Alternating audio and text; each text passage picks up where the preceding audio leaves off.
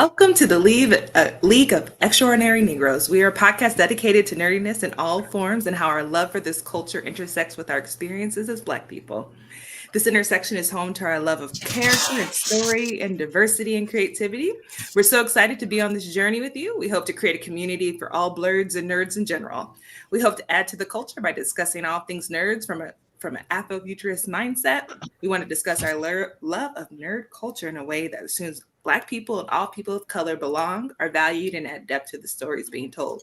Today, we'll be talking about Batman, Cape Crusader from Amazon, but in the future, we'll be talking all things Star Wars, Star Trek, board and video games, TV moments and movies, movements in the culture, with as much coolness as we can muster.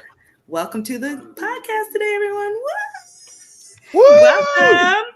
If you want to go around and introduce yourself today, we're very excited to have with us Jade. I'm Jade. So Jade, okay. Tell us what you do. What do I do? Yeah. Try to keep my head on straight. No, I'm just kidding. I am the founder and chief innovation officer for the House of Afros, Capes, and Curls. Very nice. I like it. Alex, you want to introduce yourself? Yep. My name is Alex Bridgman. I am an illustrator in Omaha, Nebraska. Jules. Hi, I'm Jules. I am a nonprofit nerd in addition to being a blurred. So love community development finance and love talking all things Star Trek. Mm-hmm. And Marcus. All right, I'm Marcus. I'm a tabletop game designer here in Omaha, and I also love talking all things Star Trek, but that's And before that happens, I'll introduce myself. I'm Crystal, your host for this podcast, friend of the House of Afro, Capes, and Curls. Today, we're going to kick off our discussion with our cultural moment. It won't be Diddy. I know that's what everyone's hoping for, but it's just good. It just can't be. But today we'll be talking about what are we talking about, guys? I forgot. Talking Eric about Adams. Batman. Eric Adams. Yes. And what Mayor of New York is doing. Well, Batman's gonna get him. All of Gotham is after Eric Adams. Right. Okay. So if you haven't heard, the mayor of New York City, Eric Adams, who is this charming, supposedly salt of the earth guy, Black guy, churchgoer, all things jovial and on the grind for New Yorkers is what he likes to say. But it looks like He's a snake oil from these salesman. indictments, he's been taking extra money from Turkish officials in exchange for political favors.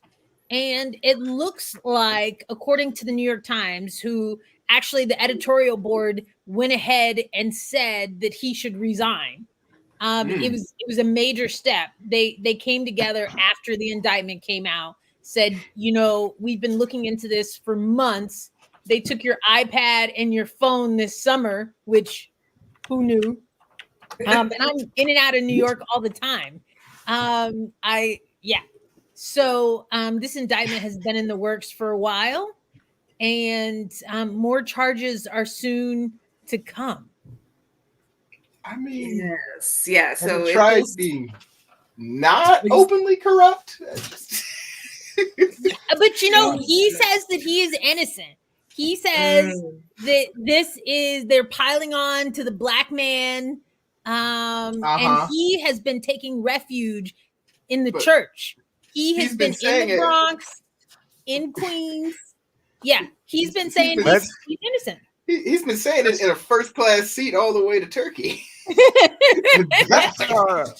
Let's draw attention to the fact that when he decided to do this I'm innocent rollout, that he somehow managed to find his own league of extraordinary Black people. Yes. Like, I don't know where you down these black people at. I know one thing about black people is that we don't agree on anything. So if you are guilty or indicted or suspected, it's at least 28 out of 30 black people who will not show up just because we don't want to I stand can't. next to somebody who was like that. And he found He all found black a people wall of over reflection. 46. They were all over 46. They all clearly just like Eric Adams, and they don't really seem to understand what it is he's being accused of. I have the scheme here. Hold on. I just want to read it verbatim from the what is it, what would it be called? The indictment, the 25-page indictment. Okay, so by using funds from New York, he defrauded New York City. So New York City has a program of matching funds program that matches small dollar donations from individual city residents up to 8 times the amount in public city funds. So if I give you $1, the city will be like, I'll give you $8 so that grassroots politicians can, rise up the ranks. Adams' campaign applied for matching funds based on known straw donations, fraudulently obtaining as much as $2,000 in public funds for each illegal contribution. As a result of those false certifications, Adams' 2021 mayoral campaign received more than $10 million in public funds. Because the city was like, I got you, Eric. You're a stand-up guy. At the same time, he's closing libraries. We don't have any money. There's no money. Yes. $10 million. And I just want to say, from an equality moment, good job. I have not seen a black man scam for this much money in a very. I didn't know it was possible. He pulled a Ryan Leaf on New York City.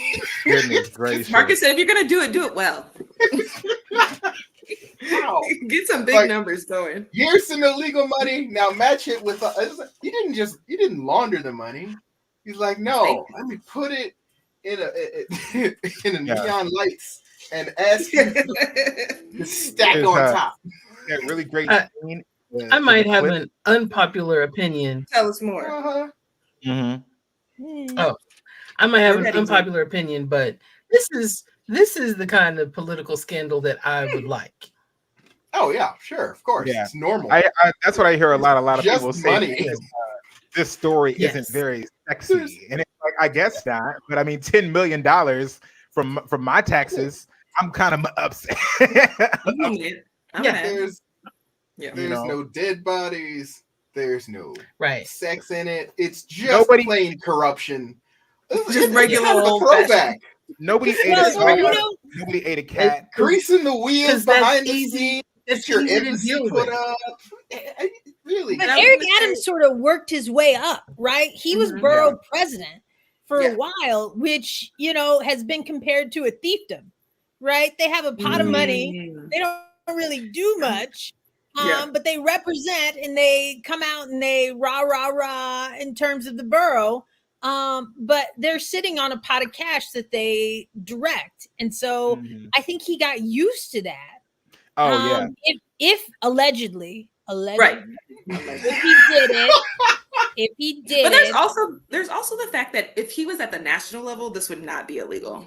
Like taking that money from them through the lobby. Well, it's not that it's hard. I don't think that is not illegal. Is that when you do something like this that is legal through certain streams of the bureaucracy. Like if I sign certain tax documents and I do certain things for certain people, and as according to the Supreme Court, the time in which I do those things matters. So if Eric Adams had gotten elected and then they were like, oh, then we want to give you $10 million, all of a sudden then it's okay. So I would agree with Crystal that like the time frame of it is what makes him a criminal. And I'm never against saying something's racist. So it probably has some racism. He probably it probably is still racist. Is there a racism? I mean, he probably. Well, the part that I think is the best part is when Eric Adams is standing in front of this congregation of blacks, I don't know who these people are. They're all wearing different kinds of street clothes. Some of them look like they're from the it's 20s. A very weird scene. Some of them look like they're from the 60s. I don't know who these people are. Either way, the best part of that scene is as he's standing in front of all these black people talking about how the city is persecuting me. There's a black guy in the audience that's screaming at him about how corrupt he is and about how much of a jerk he is and about how much he doesn't like him. And he says, you know what? This isn't a black issue. This is a corruption issue. And the black people standing behind him are just like, we're gonna get some. Who are these people? Like, I looked very attentive. I care. They look like ghouls. I do. But one thing I will say is that part of this is he took money and gifts and plane rides in exchange for political power from a foreign government. So Turkey. This whole letting Turkey influence the largest city in the nation. Yeah. So if he did it being a foreign agent, that's bad stuff. It feels. I do want to know, like, what did Turkey want? Like, what were they looking for? They wanted a building. There was this building, big building. Like a 27 to 50 floor building that wasn't under regulation, and they wanted to be built. So they somebody from Eric Adams' team, or maybe Eric Adams himself, called the fire department to threaten their jobs, to say, if you don't clear this Turkish building, that will get you fired. But the building was definitely like not up to code when it was approved. And I think that's also what we mean when we say that the story's not sexy. It's like, if you're gonna do something illegal, do something illegal, okay? Sounds super cool. Yeah. I want to know that the building like also was like a portal to the other world. I don't know. Yeah. The bribes aren't even in a suitcase. It's handed over at night in the park. It's like, oh, we'll get you a free first class cabin on this plane, and we'll get you a hotel, the best hotel we've got in Turkey. I guess it's fine. Well, hilarious. Well, we have Emirates to do anything for y'all. Like, right. Like, it's so low key. Well, thanks everyone for indulging that. We're gonna now move on to our question of the day, which is: if you could change any Batman property, what would you do, and how would you change it? What property, movie, comic, cartoon? What's your pleasure? If you could creative direct something that's been made and remake it. I'll go first. Oh, okay. I'm gonna go first. Okay. He's already. So, if I could change Batman cartoons in any way, I don't need to change all the cartoons. Just one really good story. I would change the art style from that I guess like very traditional at this point DC drawing style with the simple edges and stuff, and I would draw in the style of Paul Pope, who wrote. Let me see if the camera can see this. This is weird. The camera can't see because my something. Your background. Let me take off the background. Okay. We're gonna see his place. We're gonna see the white wall. Okay. We're gonna see the white wall. All right. Okay, Paul Pope, Batman year 100. I'm trying to hold it still so you can see the art style. It's a rough, loose drawing style. Let me get close here. Oh, that's aggressive. Oh, that is. Why are his teeth like that? He puts in fake teeth to scare his people. In this story, Batman year 100, Batman is no longer like a thing. Not that he's like grown old, but just the legend of Batman has been outlived by Big Brother.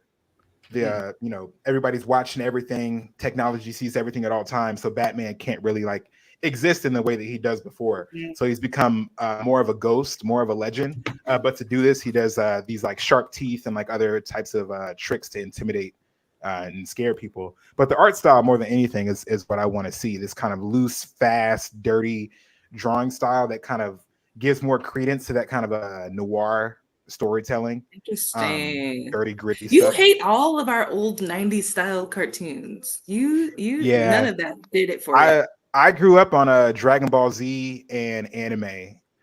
So production value is like really important. Okay.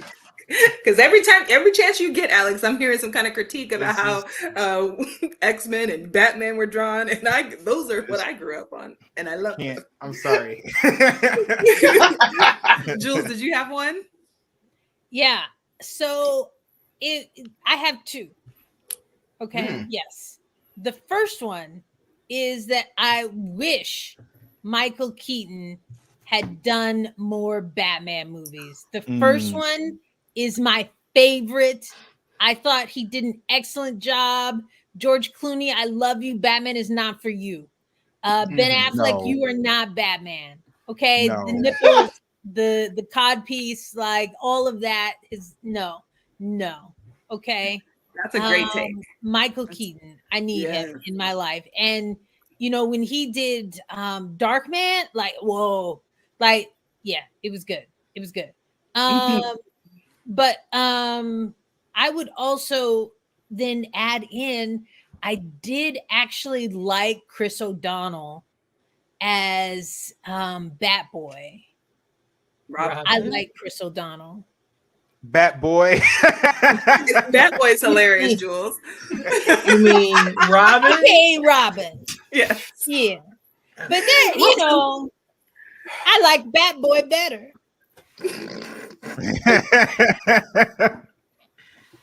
All right, we'll take it. We'll take it. I wanted to see Robert Keaton do Batman Beyond, where he's like old Batman and he's got to bring in this like new high-tech superhero Batman.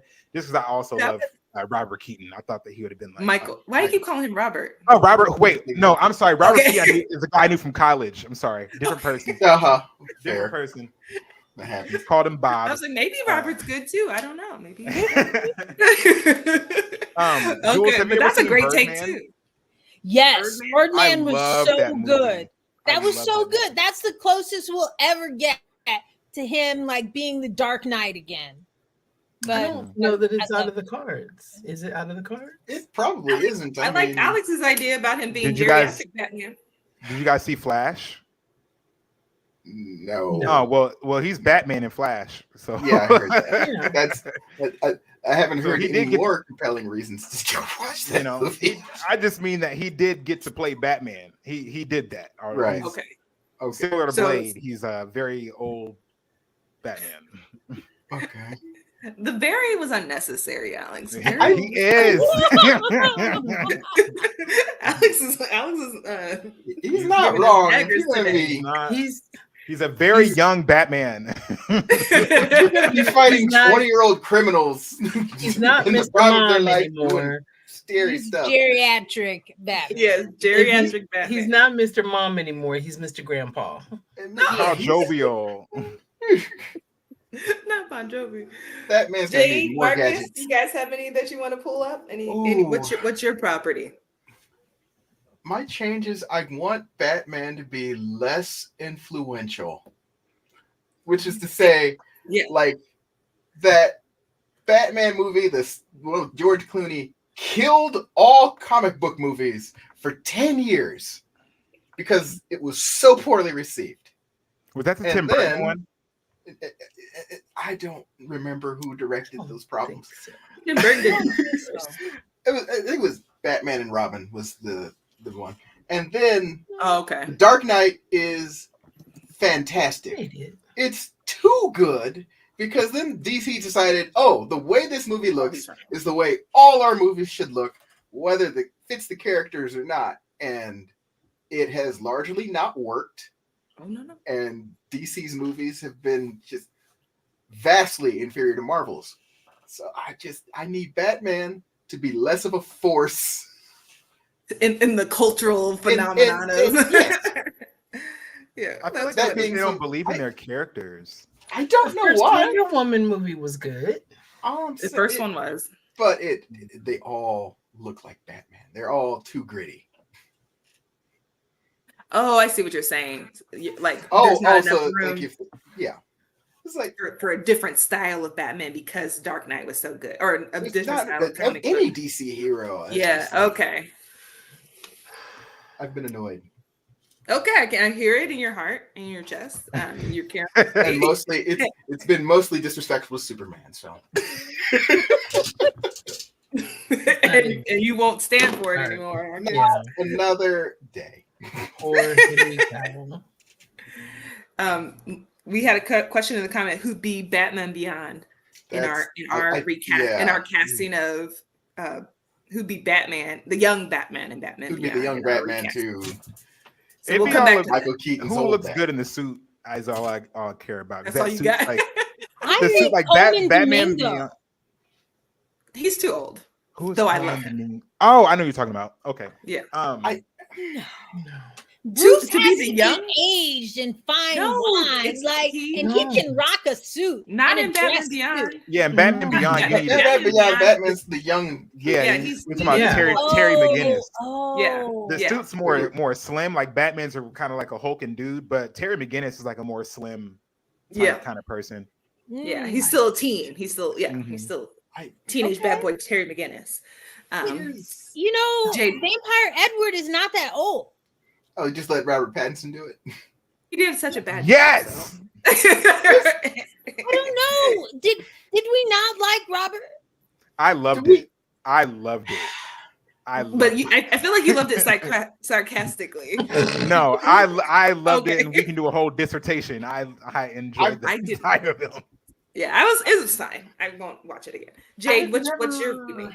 Yeah, go ahead. You've never seen it, Marcus? No, I saw it. It was just fine. Yeah. I didn't see it. Long. I would take the old Batman show and I would do a spinoff with Eartha Kitt. Ooh. We're just following episodes. I mean, okay. No, Marcus. No. I mean, my problem is I just never cared who plays Batman. He's not the interesting part of Batman. Interesting. His rogues gallery is the most interesting part of Batman. The villain of the week is the interesting part. Like, and her as Catwoman, that would have been a great show. Yeah, agreed. I don't know who else could do that now. I wouldn't even want to think about it. I thought Zoe did a good job. I feel like Batman is pancakes, and the villain of the week is whatever you're putting on it to make it better than just pancakes. Interesting. I feel like the Batman role is similar to Macbeth or like King Lear. Like as an actor, that's one of those roles that everybody secretly wishes that they could get. Like you get to do your whole own original thing with Batman. You get to have a whole franchise, live in the halls of legend. Michael Keaton's Batman was like in the 90s, and we still love Michael Keaton's Batman. It's just like he only did it once. Denzel Washington getting to play Caesar. I feel like it's like one of those things. Like in the hall of like theater, there's some characters that are just like gonna make your career if you play that character. Yeah. Or break it. Or break it. Absolutely. Or break it. Yeah. All right. Val Kilmer? Yeah, of course. He was fine. He was fun. Here's the thing. It's two roles. Okay. You're playing Bruce Wayne and you're playing Batman. Yes. The Batman stuff is like you're mostly CG, you're mostly in a suit, you're mostly a stunt double. It doesn't matter. Bruce Wayne is the acting part. In every respect. You are playing a simulation of a person as Bruce Wayne. Batman is the real character. It's like, why don't we ever write Hulk like that though? You know, like the comic books are like that, but all the stories are about this wrecking ball of a CG character. We never talk about how Bruce Wayne is the real mind game in this whole thing. The real villain, the real bad guy, the real mastermind. Bruce Wayne's the facade. In the movies, he's the facade. In the comic books, he is in control. He is the person running the show. He is the person doing everything he can to keep the Hulk inside, and inevitably it's Bruce about the Hulk. Banner. Oh, you talk. Oh, okay, Gotit. I'm sorry. I didn't clarify Bruce that. Wayne. Yes. Okay. Yeah. Okay. Yeah. We have to define our Bruces. Just the Hulk as the dichotomy. When you finally break down, like, that Hulk isn't a schizophrenic version of Bruce Banner. Hulk is Hulk and Bruce is Bruce. I feel like that is where the story should live, not outside in the world of us trying to control the Hulk. It should be about Bruce and the Hulk in this constant struggle for, like, who has the body right now, who gets to keep the body. That's different than what's happening with Bruce Wayne and Batman. Yes, and what Mark's point is that, like, the real person is the Batman character. He's not, even though he's wearing a mask, that's his real identity. And when he puts, and it's the same thing kind of like with Superman, right? Like, where they talk about, like, if you've ever seen Kill Bill, the third one, that monologue about, like, like, it's that idea of, like, this is what they think, this is what they think humans are like. And same with Bruce Wayne, like, this is what he thinks, which, okay, this is a great segue because, okay, I'm going to do a spoiler alert because this is a great segue into talking about the Caped Crusader. Oh, I thought I had music, guys. There's another one. There's another one. There's another one? That's my bad. Yeah, you got to go to the video section. Okay.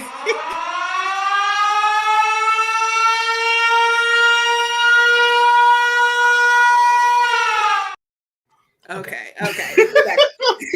I was like, what is happening? Let's get into Batman Caped Crusader, and let's talk about what you loved, what you didn't love. Let's talk about Bruce as a character, as a full moment. And let's actually start with that question. How would you characterize the Bruce Wayne Batman dichotomy in this series of Batman? I kind of loved it because when he's talking as Batman, he uses the voice. And the only person who knows he's Batman is Alfred. And he still uses the voice even though it's only for Alfred, which means that's the voice he's using. That's his voice. When he's Bruce Wayne for somebody else, he's putting on an appearance. I was like, oh, hi, I'm a happy guy. It's like, no, that broken, sad man is who he actually is.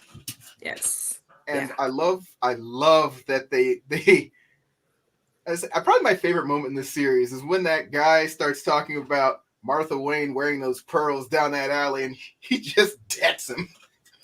Full on as Bruce Wayne in full view of the public, punches this guy directly in the face. Who wears pearls down that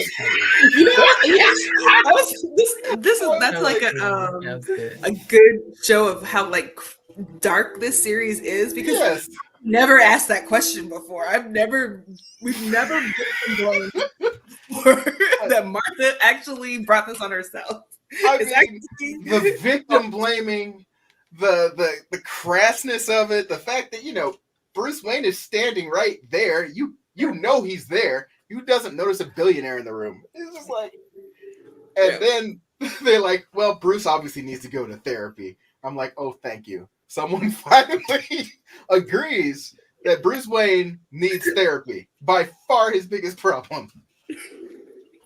That's a really good point. Like, how come no one's noticed this before from his young age to his big age?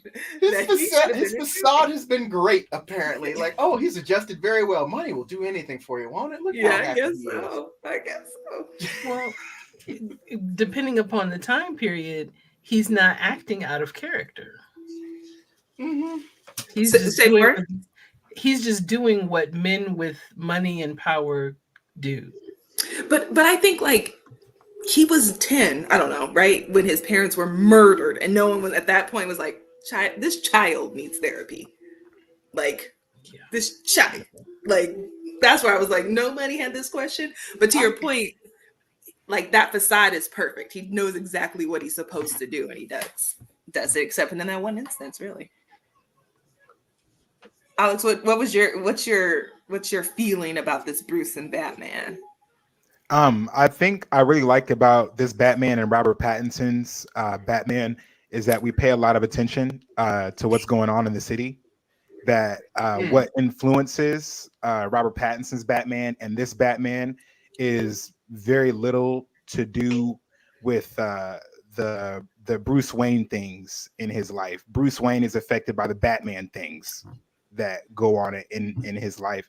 And in the TV show, you see that first layer break down where he stops using Alfred's last name and starts using his first name instead. And it's those things that I really like when I read Batman, about the little things that he does that humanize him, because it's somebody who's like so often suppressed. If he says, that was a clever thing you did, that's probably the biggest, most gracious compliment you'll ever get from a man like this. And I just really loved that by the end of the show, Batman had peeled back 2 layers off an onion, and it felt like, oh, I know this person so deeply, but it really is like, he's still so close to the chest. And as you go through the show, it doesn't like follow a single storyline except for like the Two-Face thing is like a B-side, kind of like a B-side story to the whole thing. But it's kind of like Saturday morning cartoons where each episode is its own character and it lives inside itself, and each one gives you a different look into the city. Like sometimes Batman is only there for like 5 minutes of the whole episode, and I thought that was like really strong, because you could have just made the whole show just let's follow Batman for 10 straight episodes, but they're like, no, this show is about the people, the city. I thought that was really smart. I like that, Alex. That's a great observation. I really like that. What about you, Jules? What was your feeling about Batman? I was too busy watching the Penguin. which will come in handy. Yes. Eventually. The Penguin show, or just the first episode of this one? The Penguin show. Oh, okay. HBO.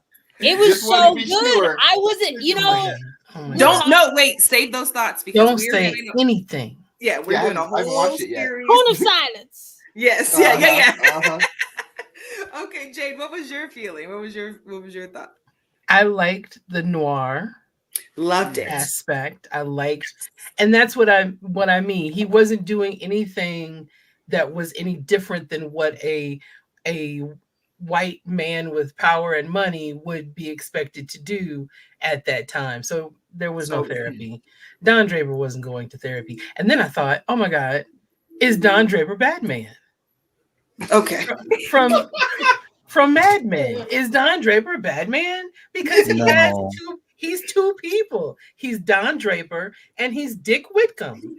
You mean the voice actor? No. Okay, I was gonna say, I'm like, that doesnn't sound like him. Yeah. Okay. No, he means like the character of. Okay, No, I was like, what? what? No, he's not. I don't know that Draper was at Bruce Wayne rich, so that's funny. He wasn't. But the same type of attitude and maneuvering in the world that he lived in. Everybody looked up to him. He was the icon. If he said something, then everything changed. Yeah. So he didn't have power. He didn't go out in a suit and change it, but he did change media. He's Batman. I'm determined. I'm not accepting that logic, but I thought Bruce. Oh no, go ahead. I'm sorry, Crystal. I was gonna say I thought Bruce was even more broken in this version. Mm-hmm. Like I think in other versions he like acknowledged like that the pain of his parents dying did affect him, and in this one he was like, "It's cool, guys." Therapy. Yeah, like what when I need it, and then and then they do the flashback where he's like, "I've been asking questions," and he's like just punching people in the face. You're like, "Sir, did you ask the question first or did you punch first?" I'm not sure. And so I was like, I think his feelings are even more hurt in this one than they've been in other versions of him, which I fully enjoyed. I really like. What did you guys think about like the race swapping, or I don't know if swapping is the word, and the gender swapping that was done, like on these like really traditional characters? The Great Replacement, Crystal. I know. I was like, ooh. I'm still trying to decide how I feel about it, because it was very Star Trek diversity, where it's like these people have this appearance, but it doesn't affect how we treat the character Yeah, in any way. Real? Like, okay, so I thought it did for a couple places. When Gordon's on the phone with the boss and he's like, you know, I put you in this job because it should be good publicity. I was like, oh, I'm sorry, what? Like, what is that supposed to mean? That's what I took it as. I agree with that. Yeah, and then also Commissioner Gordon definitely. I agreed. Even though it doesn't, like, I guess script wise do anything, the dynamics of the black man being the sole person at the police department that's like a good guy. I'm with you. And he also mentions like putting when they put Martinez in charge of the task force, Bullock, and they're like, but her. So I was like, okay, another, this female cop. They're like gross and upsetting. And then there's also the part where they're talking about how Barbara, they used to live outside the city, and she's like, you Richies used to live over here and not care about the city. And I thought she was like, we weren't rich. We're like, okay, I agree. Yeah. So I thought those were the instances. To your point, Marcus, like it wasn't like stark as it could have been, but I do think like those three like made them black versus like it's kind of a not. You can't really tell what the time period is because there's none of the just overt racism you would expect if it were the 40s. Well, they always do this kind of period, no period with the DC style where it's somewhere between like the 40s and the 80s where the tech is like nowhere near new enough to be like modern, but it's nowhere old enough to be the 40s. So they kind of play in that again, like period, no period, kind of ambiguous. What made you feel? What pulled you out of the 40s for tech wise in this one? Anything specific or just like? Oh, the microfiche. It's like, oh, well, this isn't modern. Right, that's what put me back. What did anything bring you out of it besides like? I'm trying to think if anything brought me out of like. I don't know if it was the 40s or the 50s, but I don't know. Besides the lack of racism. 40s. What did you say, Marcus? I don't know if I saw any light bulbs. Okay, like, besides the lack of racism, that's the only thing. Yeah. That one was pretty bright. Yeah. It's like Harley Quinn is an Asian woman, and she just is walking into this room full of police officers and telling them how to do their jobs, and nobody's really upset by that. You couldn't do that today at most of the police stations I know. It's like, oh, this is refreshing. I very much enjoyed Dr. Harlan Quinn's character. I love that take on Harlequin. I'm really glad there was no Joker. Me too. I wanted. I like you got him right at the end, but yeah, it's like the Wolverine thing. You know, I wasn't sure if it was the Joker or Dr. She mentioned her. So this is the other thing I loved. There were a couple like side, like little slips of things. Like she mentioned her mentor, Dr. Crane, who is Scarecrow, you know, and like so at the end, I wasn't sure if that was Scarecrow, but I did think it was. I am leaning on it being Joker, and a very scary one at that. But anyway, sorry, that was just. What did you guys think of the voice actor over Kevin Conroy? I mean, you can't bring him back from the dead, so I'm gonna have to. Yeah, but that's not what I mean so much as do we want to keep this guy, or do we think another person should get the next role next time we audition for a Batman? I thought he did a fine job. There was just a lot of broken contempt in his voice as Batman, which I actually kind of liked. Yeah, it's like you just. I don't know if he could. It's never a good day for him. Yeah, I don't know if he could do another kind of Batman, and you know, it'd have to be this like very aggressively shut down Batman, in my opinion. Yeah, like he couldn't do like a regular Saturday cartoon Batman. And I kind of love him doing Bruce because it's just so obviously a facade. Yes. Going back to Arkham Knight earlier this week, I did kind of miss Kevin Conroy. I kind of hope that they find somebody else that's able to put a little bit more emotion's not the right word, but something a little bit more brooding into Batman, the character part, not the Bruce Wayne part. He just felt kind of monotone instead of like aggressive. It felt kind of monotone. The Batman voice did. Yeah. Okay, interesting. I felt anger at all times when he was Batman. I felt it in the therapy room.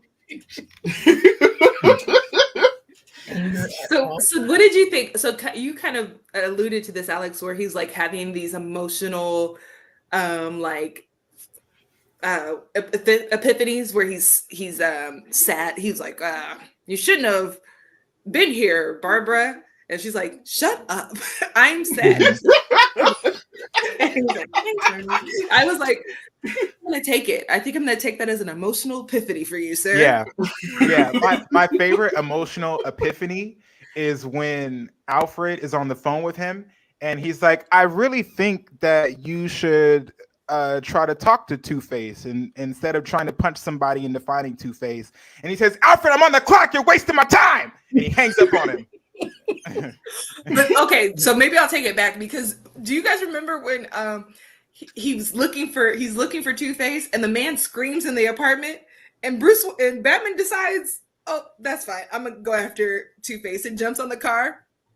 I was like, you're not gonna try and check to see if that man is burning alive and you can save him? That's Hatman's business. I hope he had a good day. Listen. He's gonna have a hot pocket in a weird afternoon. That's what he's got coming. Excuse me, sir. I'm so happy that because we talked about it the first episode. I was wondering how they were gonna deliver Two-Face, if it was gonna be like just a single episode or like, but 3 straight episodes devoted to Two-Face's origin was awesome. I thought that whole arc was great. I did love that he was never just a good guy. He was always a sleazebag. Which gives like his alter ego more basis. Like, which makes it feel more natural. Jade, I see feelings on your face.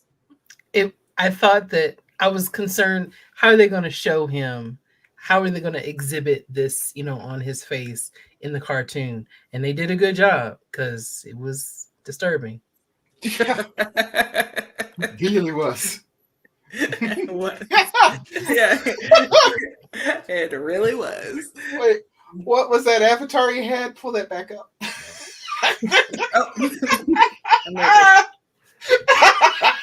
What is that? Is that Prince with Wonder Woman? That's what it looks like. That's what that is. That was funny. Oh man. Oh, Tony. Oh, let's talk about Catwoman since we. Tony said disturbing. I like that. It is. Yeah, you'll enjoy this then. That drawing was well done and kept you. But what was I thinking? Because you think it's a cartoon, so it's going to be PG, but it's not. It's not. They tell you that pretty quick. An adult cartoon. And they're like, look at this. Be gross. Put a man in a trunk and just dunk it in the ocean. Like, all right, bye. Good for him. It's like, is Batman gonna save him? No remorse when she found out she had the wrong son. Right. Oh my god. Oh my god. You got to get to her.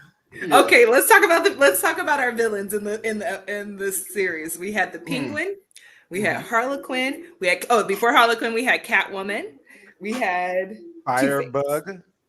Firebug, and then who's the last one? And then I also included the bad cops, and then the mob boss, and then the ghost. There was an episode with the real ghost. I forgot. Okay, so let's talk about that one first.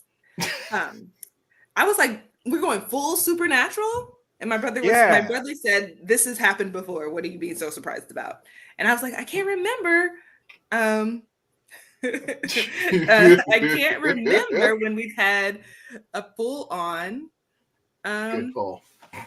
ghost in the Batman as the villain. There's nothing behind it. What about you guys? Yeah, I thought that there was going to be a whole thing where Batman had to disprove his disbelief and believe in spirits, and he was like, nah, I don't give a fuck about spirits. I believe in spirits. Open the book, read the spell. Just read the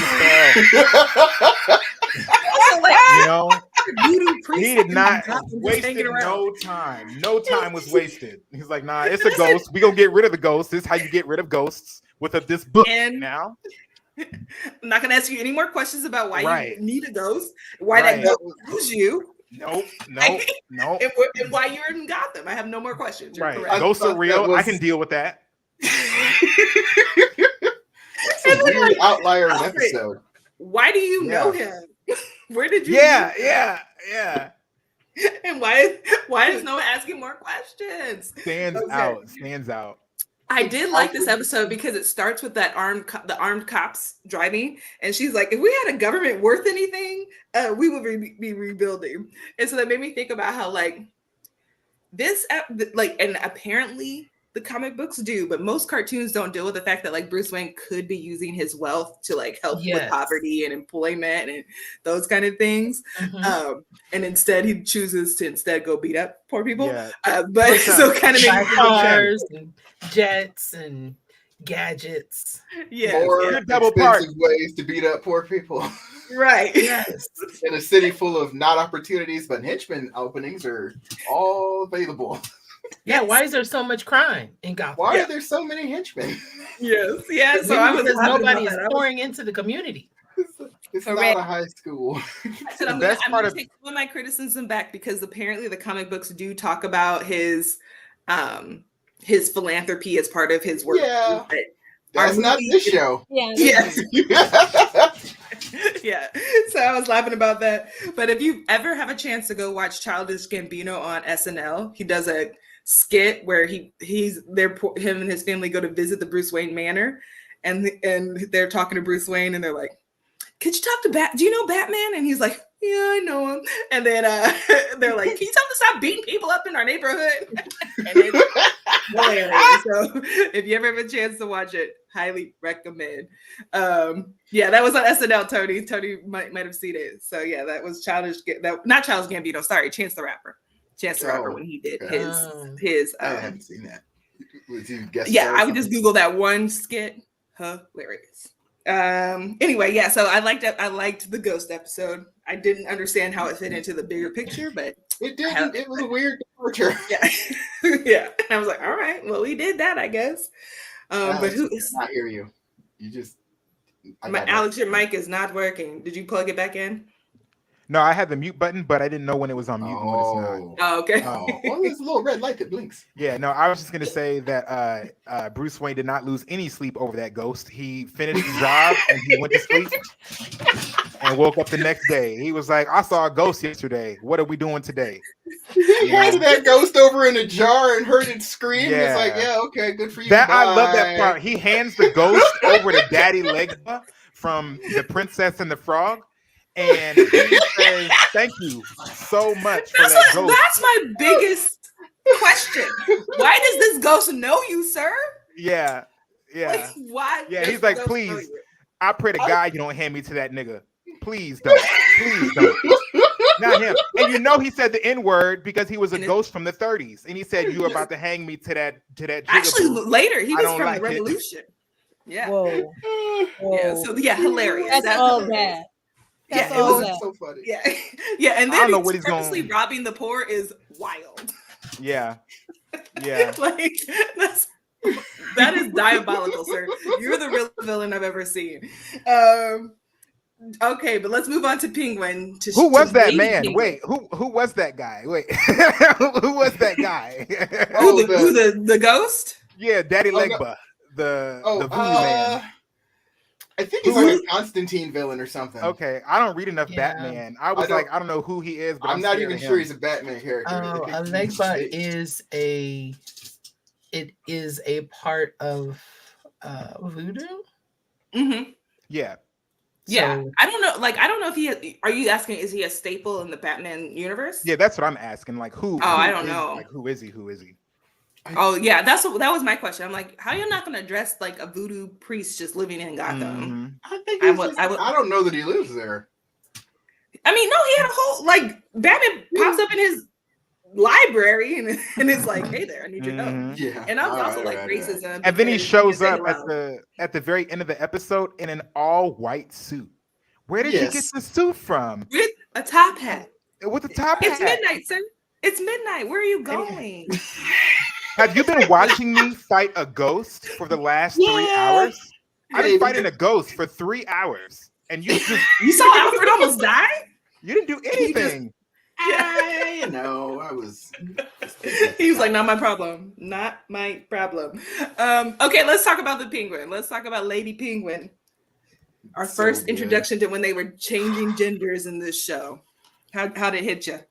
I was surprised that after the big reveal that is Lady Penguin and like the culture that she kind of surrounds herself with, I thought the whole show was going to be about Penguin.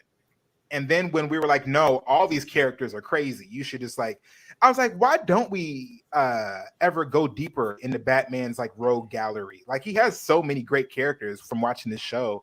I was like, wow, we really didn't need to have a show about like the Joker or the Penguin or like, you know, these big names. Like some of these characters were just like, even though they're like C-list villains, like really compelling. So I like Lady Penguin, but I was glad we didn't stick on with Lady Penguin. Yeah, I would have liked to see her. Go ahead. No, go ahead. But yeah, I would have liked to see a bigger arc for her too. You know, because she was ruthless. Because if I agree. You murder your first season son, 2, please, and then you are willing to blow up the full on precinct to get the second. I kind of like you. She wouldn't have had any henchmen left if she had blown it up. If we had more episodes with her, she was killing everybody. I did think that they could have done more because that character was fascinating and I could watch. She's what that's a whole season arc. It made me excited for if they do a season 2 that, you know, because they did a variety show for the first season, that we can like do like little mini arcs for all these characters. Yeah, that's a real I did enjoy the introduction to Lady Penguin. I thought also the like crossover with the work like with the police was really a good introduction to like the corruption in Gotham. They're like, she's like, we got even the commissioner's like, we gotta be here. This is what we gotta do. We have to be here, even though this is really like, do y'all really not know she's in any way corrupt? Right. She's got a whole boat. Where'd she get this money? Anybody know? Nobody asks questions. Okay, cool. Half the people know, half the people don't know. I mean, like you got the event of the season. Yes, I loved it, but I was like, that was a great introduction to just like the workings of Gotham too. But yeah, she murdered a lot of people in her short episode, and she wasn't smart. Like she wasn't overly intelligent. Like knew everything one step ahead because she killed one of her sons. And then it turns out that wasn't the one that was doing the bad. That wasn't the one that was snitching on you. You believed your enemy when he told you? Okay, cool. It's fine. Just kill the other one. That's fine. Let's get rid of both of them. I was like, you're not gonna take a minute to repent? She said, no. We don't. I was like, are we gonna go back to the river and try to get him out or something? No. The part that got me was when she was like, he was my favorite. I guess you're my favorite now. Like, oh my god! I don't think I want the job. That feels like a dangerous place to be. Because I just saw you put him in a trunk. Do you get extra snacks? Yeah, I did love her. Then we immediately see him at a payphone. Hey, you gotta help me. My mama nuts. My mama crazy. Who was your next favorite villain? So we have Penguin. We've talked about the Ghost. Who's next? We didn't talk about Clayface, but you know he had a little episode and he was there. Yeah, Clayface was cool. Clayface was cool. I think what's his name? Firebug. Firebug was a nice little deep cut there because he didn't have his jetpack yet. He wasn't Firefly where he's like flying, but he like was an arsonist. I think those are two separate characters, actually. Are they? I think they are. Okay. They just have the same shtick. Yeah, I was gonna say the costume looked really similar. To him, but yeah, I liked that. He's an adult who is still mad that he was put up for foster care, so nobody gets to have a home. None of you do. Screw you, stupid kids. No home for anybody. I'm Firebug. And I just thought they crave the fire. Yeah. And like they showed how he viewed everybody, and everything he saw was like on fire before it happened to like be set on fire. Yeah, that was really I was like, I don't think he needs like multiple episodes, but that one episode, I was like, oh, that's an interesting character for sure. And then when he came back, what'd you say, Marcus? I'm sorry. The cops were like, he's gonna talk. Well, gotta get rid of him. That was wild. That's I mean, I don't know if I thought Bullock and Trask were soft before, but in that moment I was like, oh, they are. Yeah. I mean, yeah. They all the way down to the ground dirty. Yeah, dirty. You need to keep that secret. Yeah. Which I thought was also another like just sign of how like this is an adult cartoon, y'all. We're dying and the police are actually bad. I was like, oh, okay. It's not invincible, but yeah, we're gonna have some themes. It's not invincible. Yeah. I like that Catwoman was always like, I'm sexy, right? Punch in your face. Oh, you want to kiss me? I want to kiss you too. Punch in your face. Every time. And Bruce Wayne every time was like, I do kind of want to kiss. Oh, ow. That hurt. That an entire leg to the face. I didn't. Yeah. But can we talk about where she get this Jaguar from? And where did it go? The Catmobile? No, cat. She had a Jaguar. Yeah. Oh, the actual, the panther that she brought out? The big. Where did you get that, man? The Gotham City Zoo. Probably. I mean, she has money. And then where did it go? Nobody reported it missing. I mean, and then also why? So she really for real be with the cats though, because that cat. She went to the zoo, got that cat, and that cat was like, "Cool, yeah, you're right. I'm coming with you." That's like wild. You're just like Batman me. Cape Crusader. Yeah, right. Can we call attention to how a lot of this show draws attention to how Gotham is in late stage capitalism, and we're all incredibly poor. We're so poor. We're so very poor. Dystopian. And Catwoman is like, listen, I am robbing banks because I need to pay rent. It's never been more relatable to Catwoman than in this moment. I was like, hold on. And then her maid quit and sold all of her stuff. Right. Oh, I loved her maid. That was locked up. Labor better. Right. Oh my God. Oh my God. She gets locked up and then calls to have her come and bail her out. She is gone. With what and money? She has taken everything and sold Lady said, my cruise leaves in an hour. So yeah. Right. When did you learn the technique? After I got all this stuff done on Facebook Marketplace, I can't pick this stuff up. How close was Gotham to the cruise line? You don't got to fly. I was dying. Committing crimes. She had been planning that for a while. Yeah, she said as soon as I can get this woman out of here, I'm out. Yeah, I love that. But I was also like, this is a lesson in treating labor with more respect. Exactly. Maybe you won't end up in jail. Maybe you don't end up in jail. I loved it. Oh, and then I like Lucius Fox's little segue into, but he's the one who said, and Bruce was like, I don't know what I find more disturbing, that you guys talk or that Alfred believes in ghosts. And Lucius is like, maybe treat the staff better. I was like, yeah. We were trained. And that was actually the other point where I was like, oh, he black for real. That's a black thing to say. I felt like it was a more class thing to say. It's like, you suck. But I have to say this in a way that keeps us friendly. I still got to make money off you. Who else? What other villain besides Two-Face did we have? We talked about Firebug, Penguin, Ghost We Man. didn't really talk about Harley Quinn. We just said we liked her, and we do. Let's talk about Harley Quinn.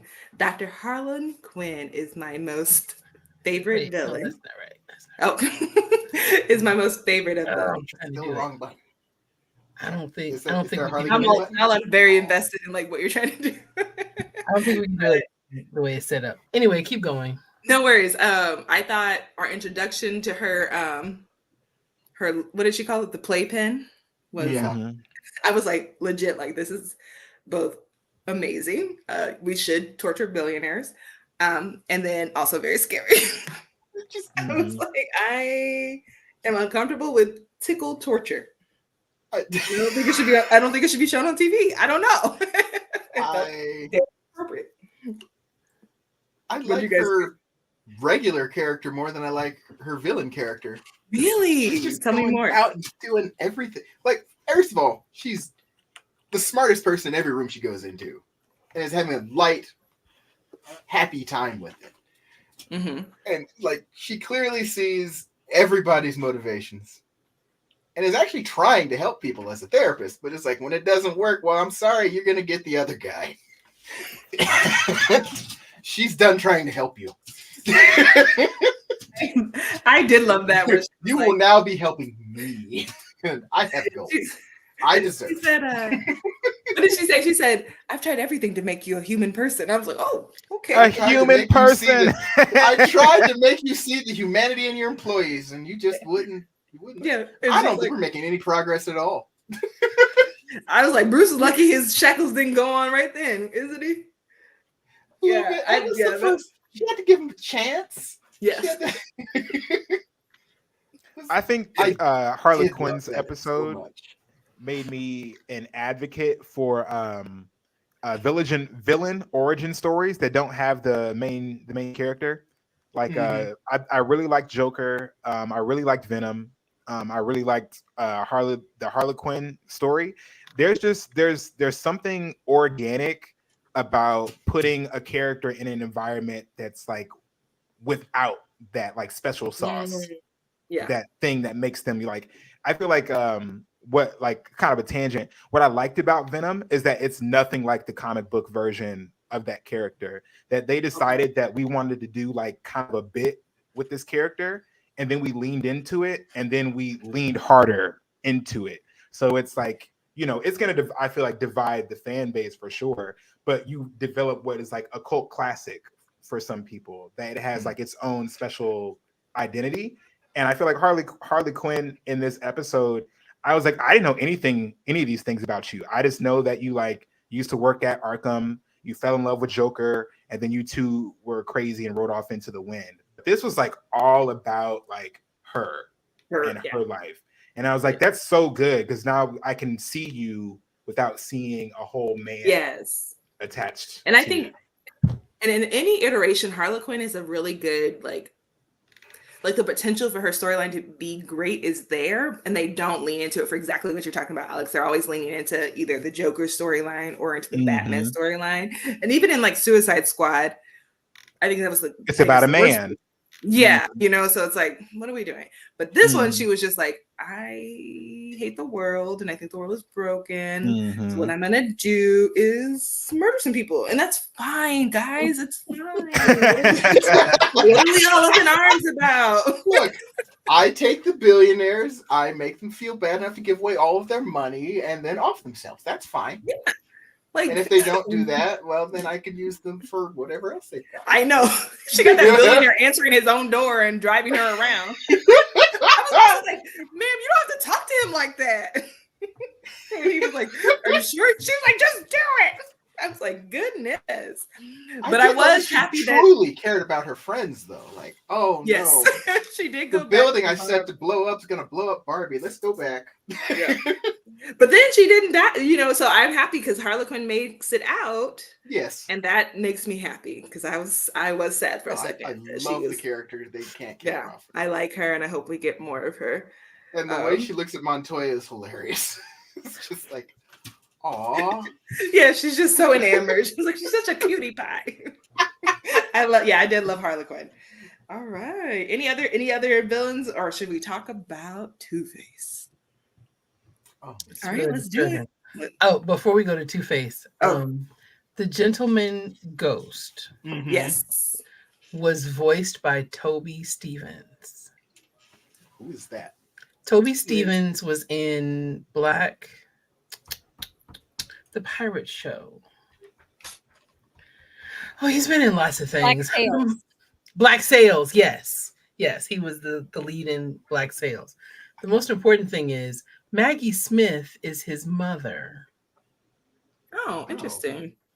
She just passed away. Yes. Look at these connections. Interesting. All right. Moment for Maggie. What was her name in Harry Potter? Minerva McGonagall. That's McGonagall. Come on now. I know Maggie Smith was the only thing I knew from all of those things you said. I don't know Black Sails. I don't know the person you talked about. I didn't know any. Yeah, I didn't know. I was like, show. That was a good. It was a tangent. What was it on? Was it a comedy? Was it? No. It was on. It was. There's no Poison Ivy and no Mr. Oh, sorry, everyone. There's no Poison Ivy. There's no Mr. Freeze. There's no Riddler. Yeah, not in this first series. We're hoping for a second. No Joker. Because we didn't have Joker either. And no Scarecrow. And Poison Ivy is another one of my favorites. And there's a series where Poison Ivy and Harlequin are like besties, and it's fantastic. That one I love. That one's fun. Yes. That's a fun show. So speaking of, what'd you say, Jade? I'm sorry. Onomatopoeia is. Onomatopoeia is in the show. That's the guy with the white target on his face that only speaks in sounds. And Bing Bang. Yeah, Bing Bang. Wait, he only speaks in sounds. Speech is composed of only sound. I don't understand what you mean. And he's not using any words. He's using all onomatopoeic words. Yeah, so literally like bang, pow, slap. Oh, okay. The kinds of things that you get. Before we talk about Harvey Dent, let's talk about the assassination attempt on Barbara Gordon, and how at the end of the episode she's all pro prison. I was like, excuse me, I don't like this arc. I was like, what are we teaching the kids? You see, the people. This is really This is really bad episode of Moesha that is anti-gay as a stance, and then the episode ends and I'm like, no, that wasn't the lesson. Go back, do it over. Her cousin comes out as gay, and everybody is treating her cousin different. No, I'm sorry, it's not Moesha's cousin, it's Moesha's friend's cousin, so we're not actually like directly tied to the consequences. And he thinks it's weird that his cousin is gay, and his cousin comes out as gay during like a poetry slam event, and he walks out of the room and doesn't let his gay cousin finish the poem, and we just kind of end the episode with that. I was just like, wait, so he doesn't like that his cousin is gay, and we're gonna roll credits now? Okay, all right. What are we teaching?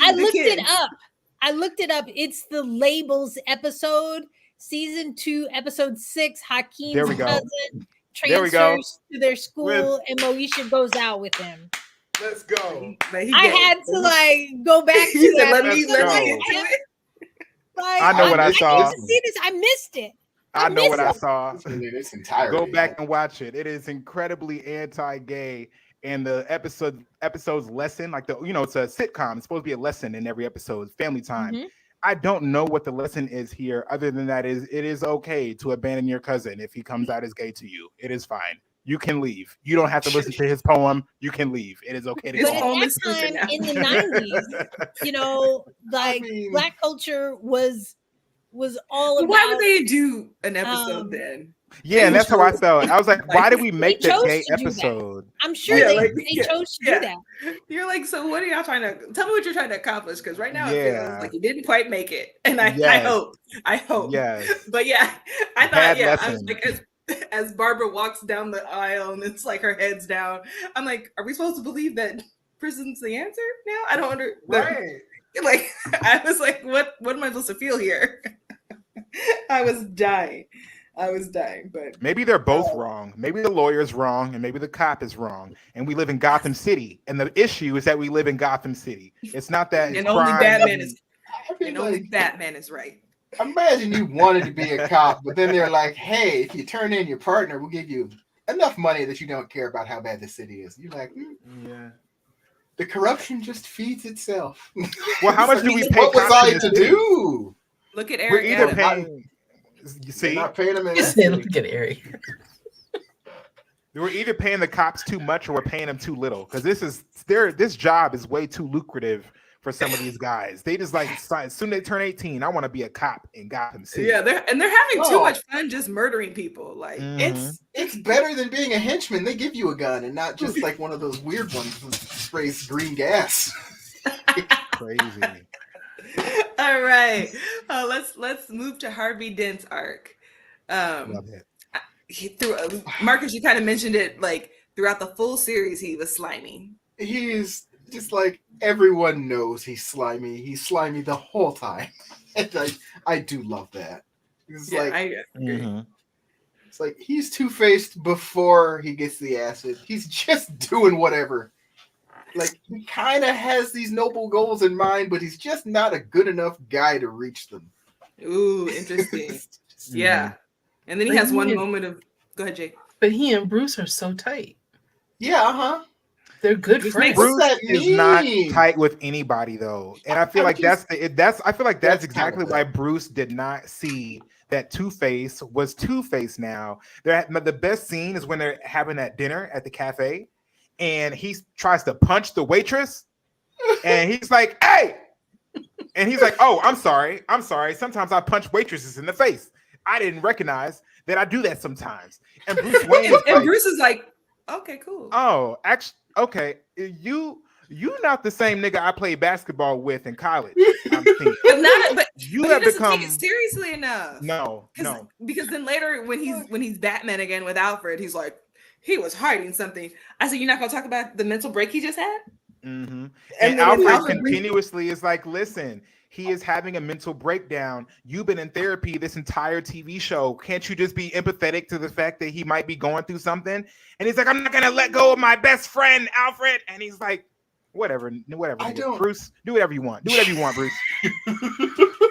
He really has to be like, all right, well, I tried to tell you. He'll be back. You're how could anyone's problems compare to Bruce Wayne's in Bruce Wayne's mind? They don't. Like, he watched his parents go down in front of him at 10. Your problems are like you dropped your bowl of cereal. I don't care what it is. It just does not compare. Yeah, that's probably a valid point. But I think we gotta call attention to the hypocrisy that Harvey Dent must be saved, but a bank robber must be broken. Yeah, like I can make any expenditure, whether Batman or Bruce Wayne, to save Harvey Dent's life. But if I don't know you, I'm gonna break your ankles. I don't care about the empathetic side of whatever it is you may be going through. Like, Harvey Dent's life is hard. It's not harder than anybody else's life. That part. It's Gotham City. Yeah, absolutely, Alex. I think. Yeah, I agree. I mean, that's what that example where he hears the guy yelling in the getting burned alive, and he's like, "F that dude." That's your problem. Here. Yeah, like it's that same like mentality. Like, but we can save Harvey. Harvey's savable. He's redeemable. I know he just almost punched a woman like Spider-Man 3, but it's okay. He's gonna be okay. He's a good guy. He's a good kid. Yeah, I mean, right. He's having trouble adjusting the fact somebody burnt his face all up. So it's going to be a minute. It's going to be a minute, but in that minute, he wasn't ready for the public yet. We need to keep him inside. He kills quite a few people. Like, as he adjusts, and I don't know. Harvey Dent was for the people. Now he's coming for the people. Yes. I'm sad that he died, though. Really? Yeah, we killed Two-Face twice now, in Heath Ledger's Batman and in this Batman. Yeah, and my favorite thing, my favorite thing about Batman supervillains is they always find a way to get away. It was what I like, and so I when the light faded from his eyes, I was like, there goes another Two-Face. Yeah, I would agree. Like, I wish he would have made it to prison so he could escape eventually and come back, and Batman would rue the day. Yeah, rue it. His character arc is done, though. I mean, like, we've got more villains to explore. The arc is great. He had a great arc, and especially to give him three episodes for a season finale was great. But Two-Face is my favorite Batman villain.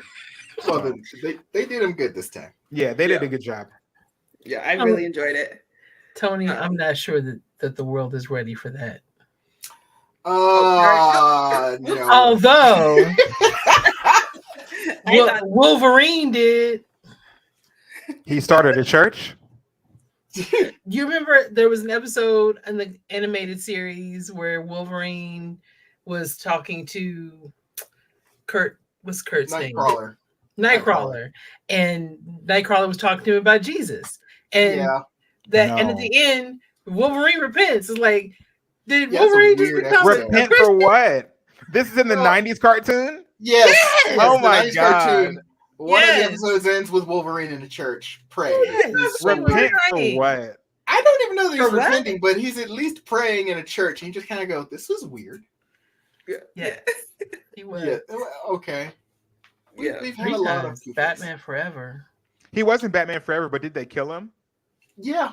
They did in Batman Forever? Yeah, off the waterfall is the Tommy Lee Jones character. Oh no! Wait, you haven't watched that one? Right. I haven't seen it in a long time. That's right. Tommy Lee Jones was Two-Face. Like that was good.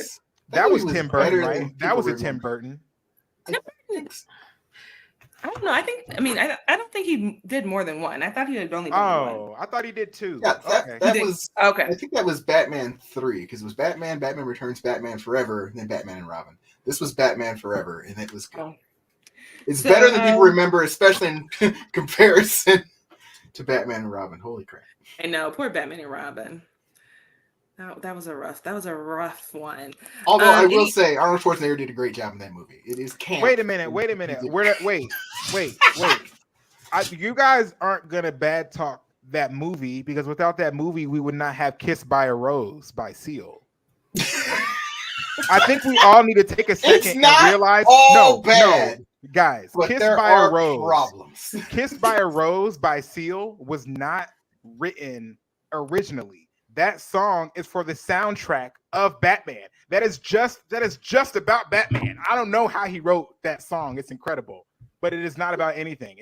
He's just that N-word. He can just write songs about anything. I don't know what "Kissed by a Rose" is about. It's not about Batman, but great song. Great song. So we'll give some space for honoring "Kissed by a Rose." I don't know how to respond to that other than I like let's let that breathe. And that is let that breathe. Yeah, that's so funny. Thank you. Now, Thank you. Now I can't get that out of my head. Now that's all I'm thinking about is "Kissed by a Rose." I didn't need. You didn't want to go that far. You didn't want to go that far. All right, so we didn't talk about all the villains. We are fully derailed. Yes, like let me bring it back. So let's do our ratings. We're coming up on the end of our podcast time. On a scale of 1 to 5. Okay. 1 being the worst, 5 being the best. How are you rating the series? As a series goes or against anything? Ooh, interesting. I was thinking just the series itself, but if you want to say in the realm of Batmans, you have to tell us what your worst Batman is and your best Batman is and where it falls in. So like your worst Batman is Batman and Robin. George Clooney. Worst Batman ever. Right? Weird choice. Weird casting choice. Weird design choice. I mean, because even like Adam, the original, Adam West. Is a better time. What they were trying to accomplish and what they did, and like the 60s, they were trying to accomplish exactly what they did. So it's good. And I'll never forget this joke from the 60s one where Robin would always say, "Holy something, Batman." And Holy cow. One time he said, "Holy trampoline, Batman," and Batman said, "Not that again, Robin." He said, "No, there's a holy trampoline." I was like, yes, this is my humor. Okay. And forever have loved it. So yes, you have 2 ways to rate. Sorry, everyone. Bat nipples. Yes, Tony. On a scale of just 1 to 5 on the series, or if you want to put it in the range of Batmans, you have to just tell us what your worst is and your best is and where it fits. Anyone ready to go? Anyone got their scale ready? I'm ready to go 4.5 and say I'd like more. I need season 2 immediately. I think it feels more like a reimagining of the animated series than it does. It's not a sequel, and it's not a complete remake. It is just a full, just different interpretation. And like, I like that they kept kind of this Art Deco style and the noir sort of feel, and building an entire world around Batman to have these stories take place in. I really enjoyed the series, and yeah, I want more. If this is how we're going to spend Jeff's money, let's keep doing it. Jade, Alex, who's ready? I would give it a 4. Only reason I wouldn't give it a 5 is because you got to have something to build on. I thought the last story arc for Two-Face was really good. If they can find some way to do that same thing with season 2, where we had this like kind of B-side slow burn type of arc that like climaxes in the last 3 episodes. If they can find some way to do that again, I don't know, with like Mr. Freeze or Joker or whoever it would be, I think that would be like really cool. And I think that would make me give it a 5 if they could like repeat what they did in like a different way. Yeah, because like, well, it was largely episodic. You were getting a little bit of the Two-Face storyline throughout. And yeah, that was, I truly enjoyed him just sitting around with the cops. And while he's telling his stories, they're still just like, this guy sucks. And then he like flat out says it at some point to Martinez. He's like, "Well, you better like me, because when I become the mayor, it's gonna matter." You're like, "Sir, what sentence does that mean?" It feels look gross. Get on my side. Get on. Yeah. Real gross. Jade, what's your rating? I'm gonna say 4.5. I thought it was really good. I thought that the choice of voice cast was really good. There were a lot of really strong actors and actresses that voiced those characters. I loved the Penguin. I love Minnie Driver as the Penguin. I want them to bring her back to voice somebody else, and hopefully a bad guy. I want more Penguin. I enjoyed the character. I really thought we could have had the whole season. I know, she could have, yeah. I was like, that's a really strong performance. That's one episode. You're just gonna drop that character off. We're gonna go into something else. Yeah. Why? Yeah. Although I did love the Catwoman episode too. That was really funny and just I was gonna lighter. Say, I liked those side villains too. The carnival episode was also. Oh, we my didn't talk God, about that. Incredible. Oh my God, that was a really so good episode. disturbing. That was such a good episode. Disturbing. It was disturbing, Jade? Yes. They were little children. She was taking the life out of those children. They weren't just little children. They were all the Robins. I like when they mistook Batman for a pedophile and they beat him up. That part Jason was Todd. That hilarious. was Dick Grayson. That was yes. This was all the Robins. I didn't get that. I have to go back. I didn't get it till Kelly had the slingshot. I'm like, they're doing the Robins. Oh my God. And I was like, oh, I need to start this orphanage. Over. Yes. Oh, Marcus, that is such a weird character choice. It's like, oh, they're all little kids. It's interesting. But yeah. Wow. Yeah, now you gotta go back and watch the episode. Yeah, I'm gonna have to, because I did not make that connection. I did make the connection Alex made when he busts through the wall and says, "I'm looking for a little girl," and they're like, "You looking for a little girl? Are you? Is that what you're little girl? You looking for you now? Look for her in this ditch, sir." I'm a little girl. I'm a little girl. What? You found me. They beat up Bruce Wayne. Hours. And then he get him like Bane, and he put him up like this in the air, and then tossed him. He did. He did. Down that hill like a weirdo. Yeah. And then Bruce Wayne legit woke up. He woke up like an hour later. He's like, I was dying because it was like he was gone for a minute because they were like, now Bruce is missing. Bruce is gone. Like, he called Alfred. He said, "Alfred, bring my goddamn suit. These niggas just." She said, I sent a girl home a couple hours ago. I said, "Dang, man, he hit you hard, sir." Have y'all seen Baby Boy? He's all bruised up. It's so hilarious. Y'all seen Baby Boy? You know that scene in Baby Boy where he gets jumped at the park and he runs back home to Mo, and he's like, Mo's like, what happened? What happened? And Tyrese is like, I got beat up by some baby gangsters. He said some baby gangsters. Yeah, but Batman. So when Alfred asked him what happened, he said, "I never want to talk about it." Yeah. That was great. Oh, that's so funny. So I'm with you guys though on rating this season really, really high. I'm like almost a 5.2. I think my only like drawback is the lack of emotional development with Batman. I would have liked to see him, like be a little nicer to Alfred. Like maybe he drives the car one day. No, I don't know. I'm just saying. I don't know what that looks like. but like. I would have liked to see a little bit more development. Like maybe he calls, I don't know, a different therapist, not Harley Quinn, but like something to show us. Harley Quinn seems to know exactly what he needs. What you say, Marcus? Say it again, Marcus. Harley Quinn seems to know exactly what he needs. Yeah, a little tickle torture. Yeah, I loved it. We mentioned already, the noir art style was beautiful. Broken Bruce is beautiful. I was laughing at like, when did Selena learn how to parkour? But we won't talk about that either. Like just all those little pieces. Oh, she grew up rich. She was doing gymnastics. It's fine. Okay, I'll take it. I really, really enjoyed it. I also want to see Barbara and her dad like come together more too and see what that looks like. I hope they go radical and not pro prison, but that's me. That's a personal. Who do you think we'll get first, Crystal? Do you think we'll get Robin first or Batgirl first? Maybe Batgirl, because they've laid the ground so well. Well, that's what I was thinking as well. But I just think like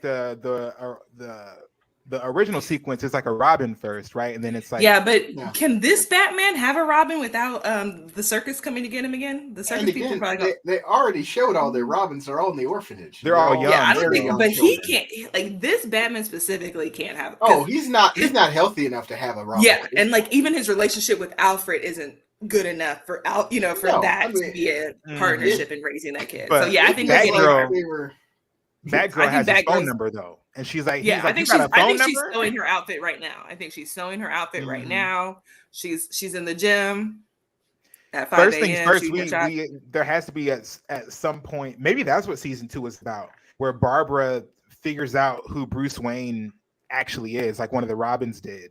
And he like, okay, now that you got my phone number, like the bat signal, all this other stuff, instead of being like the mini Commissioner Gordon, like Commissioner Gordon seems to want. She's like, who's this Batman guy? Let me do some investigating and like finds him out. Yeah, that feels like a natural segue for her because she tired of him anyway. Mm-hmm. Yeah, so all right. Well, thank you so much for that really robust and fun discussion. We have some announcements from the house now. Jay, do you want to talk about AfroCon? I'm going to show the commercial first. Okay. Yeah. Hey, Omaha, the future is now, and AfroCon is back and better than ever. Join us for the 6th annual AfroCon, your ultimate celebration of nerd culture. Mark your calendars for Saturday, October 12th, and dive into a day of epic games, dazzling cosplay contests, thrilling fan panels, and one-of-a-kind vendors. Get your tickets today at AfroConOmaha.com and be part of the excitement. See you there. Okay, you can go back to a 4-shot. Because because you all are at AfroCon as special guests, so it's not just me. So AfroCon is next Saturday, October. Well, no, I'm sorry. It's not just Saturday. It is Friday and Saturday. So Friday, October 11th, we are at Film Streams at the Ruth Sokoloff Theater for a showing of They Clone Tyrone. Starts at 6:00. Tickets are on sale now.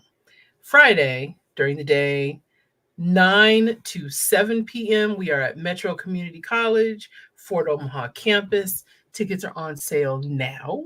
Please get your tickets. Please get your tickets. I know that people wait till the last minute. They're like, I don't know if I'm going to feel good. I don't know what the weather's going to be like.